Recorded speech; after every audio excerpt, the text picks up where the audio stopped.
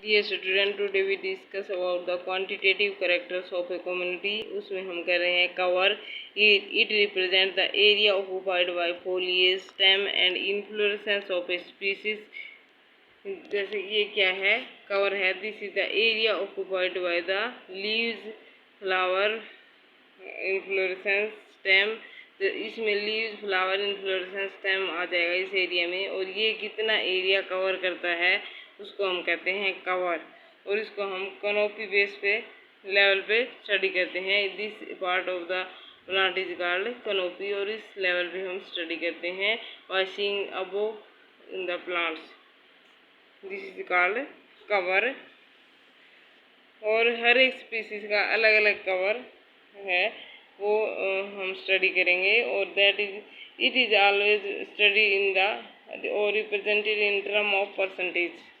और इसको हम हर्बेज कवर भी कहते हैं, क्योंकि इसमें इस पार्ट में, प्लांट के इस पार्ट में हर्बेशियस पार्ट आ जाते हैं सारे प्लांट के। जो कि हर्बेशियस पार्ट है प्लांट का, वो कितना ग्राउंड एरिया है कवर करता है, इसलिए दैट इज कॉल्ड हर्बेज कवर। और जो प्लांट है, cover is measured in term of ground actually penetrated by the stem. जो स्टेम है, जो ग्राउंड में पेनिट्रेट करती है, वो कितने एरिया में पेनिट्रेट करती है, उसको हम बेसल एरिया कहते हैं। और लार्ज ट्रीज में बेसल एरिया हम प्लांट के ग्राउंड लेवल से 1.5 मीटर अबोव मेजर करते हैं। जैसे कि ये ग्राउंड लेवल, और इससे 1.5 सेंटीमीटर ऊपर इस प्लांट का, इस ट्री का जो स्टेम है उसका हम डायमीटर लेते हैं। वो डायमीटर कहलाता है बेसल एरिया। क्योंकि ये ट्री है, जितना इसका डायमीटर होगा उतने ही एरिया में ये पेनिट्रेट हुआ है उसमें, ग्राउंड में। इसलिए इसका डायमीटर है that is equal to the basal diameter, basal area, sorry basal area. और जिस भी स्पीसीज का बेसल एरिया ज़्यादा होगा उसका स्पीसीज डोमिनेंट होगी। So the basal area is an index of the dominance. Higher the basal area, greater is the dominance of that species. अगर basal area को हम डेंसिटी से मल्टीप्लाई कर देते हैं, if the basal area is multiplied by the density, then we find the basal cover. तो basal cover को निकालने के लिए हम बेसल एरिया को उस स्पीसीज की डेंसिटी से, उस एरिया में कितनी डेंसिटी उससे मल्टीप्लाई कर देंगे तो बेसल कवर आ जाएगा। बेसल कवर को हम मेजर करते हैं पर स्क्वायर यूनिट में। Then the relative dominance is equal to the total basal area of a species in all the sampling unit।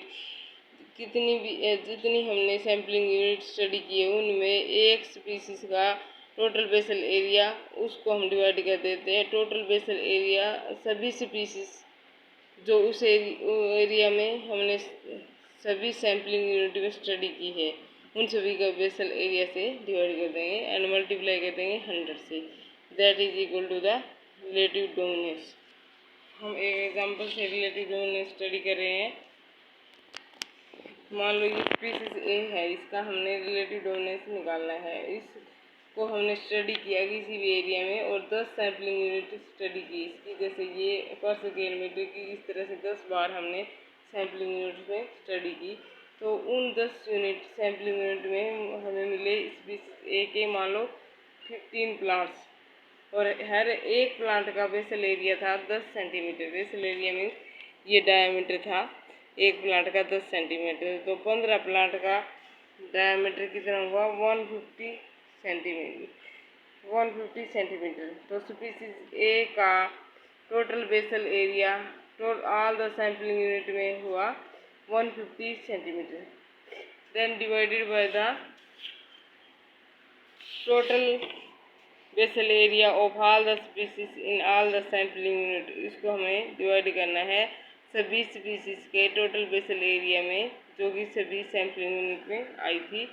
तो मान लो हाल सभी स्पीसीज है, 10 सैम्पलिंग यूनिट में 8 स्पीसीज पाई और उनका टोटल बेसल एरिया निकालने के बाद हुआ 800 सेंटीमीटर टोटल बेसल एरिया। जैसे ऐसे ही हम निकाल देंगे, जिससे इसका निकाला था वैसे ही ये हम ऐसे सपोज कर रहे हैं कि 8 स्पीसीज का सैंपल 10 सैम्पलिंग यूनिट में सभी प्लांट्स का जो बेसल एरिया है वो 800 है।